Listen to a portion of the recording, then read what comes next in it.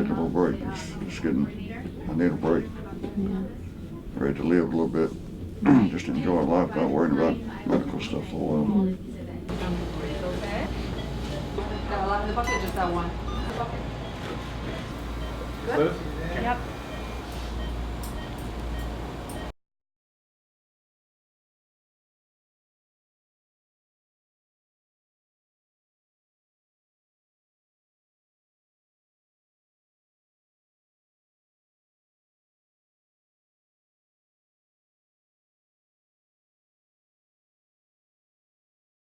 I would suspect that this type of patient, like most patients that undergo very complex facial reconstruction, they always need some minor revisionary procedures.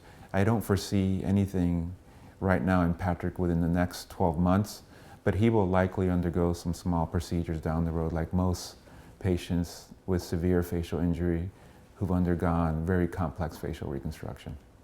Well, the benefits of not having an acute rejection episode are several.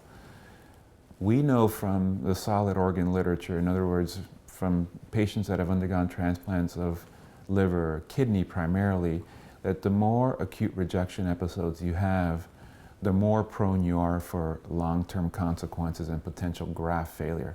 So the less acute rejection episodes we have, the less prone a patient is to develop chronic rejection. And chronic rejection is a more difficult problem, which results in organ failure as subsequent to scarring. And we see that with kidneys, we see that with liver. And there have been several patients that have received face transplants that have developed chronic rejection. And although it's not an immediate concern, the quality of the result, the appearance dramatically changes. And therefore, eliminating all these acute rejection episodes as best as we can acutely during the adaptive phase of the recipient with the donor tissue will always yield better long-term results of the face transplant and better function. We were able to spend a weekend with Pat approximating his 1-year anniversary, and I will tell you it's a totally different trip compared to the first time we came. The first time we went, there was a sense of apprehension, concern, potential fear, however, some hope. Now, when we look at him now, where he is 12 months after the surgical procedure, the entire community has changed. Here's an individual that's a survivor. He's essentially a hero, although he doesn't want to be called a hero. The community and the amount of goodwill is palpable. Everyone around him is excited.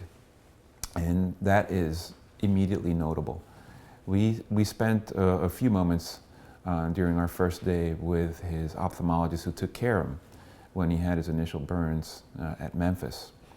And it was just exciting to see that evaluation and the amount of mobility in his eyelids, and just watching him evaluate Patrick under the slit lamp and just looking at the quality of his eyes and claiming or commenting how there's no scarification and the lubrication of the cornea is just truly amazing. From the visit at the medical center, we went to the firehouse where he had another opportunity to spend time with his brethren who were with him on that day. And there's such an aura of happiness. There was a family event in the evening where Patrick was able to celebrate this 1-year anniversary with close friends and family. And people just had a wonderful time. The number of comments and exclamations about Patrick's change in personality, his ability to be once again interactive in the community is remarkable. And lastly, we spent Sunday morning at his congregation at Highland Baptist Church, where a number of individuals there have been praying for Pat in all their Sunday worship services. And they were really excited to see how well Patrick is doing. And they continue to pray for him because they know that the road to recovery is a long one. Although he's doing very well physically, they know that there will be additional changes that occur through his life as he adapts to this new face and he becomes another functioning member of society. Patrick's case is pivotal for the face transplant program at NYU Langone, because we know we've been able to push some boundaries of which there were significant concerns prior to this the completion of this operation. None of the methodology of how we went about this transplant will change. We'll continually practice with our teams, we'll rehearse for the next operations, but the magnitude of tissue that was transplanted safely without any consequences is something that we can do. Now that does not mean that we have to transplant more tissue on the next operation. That's not the case at all.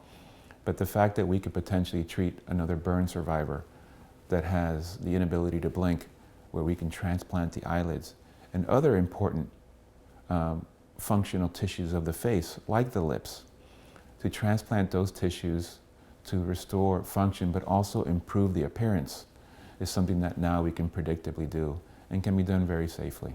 This entire operation and this entire healing process went without a hitch, and now we're even in a stronger position to continue to perform these procedures, to continue to care for more patients, and I think we truly have a #1 center to care for these patients that don't have another recourse. Pat is doing so well.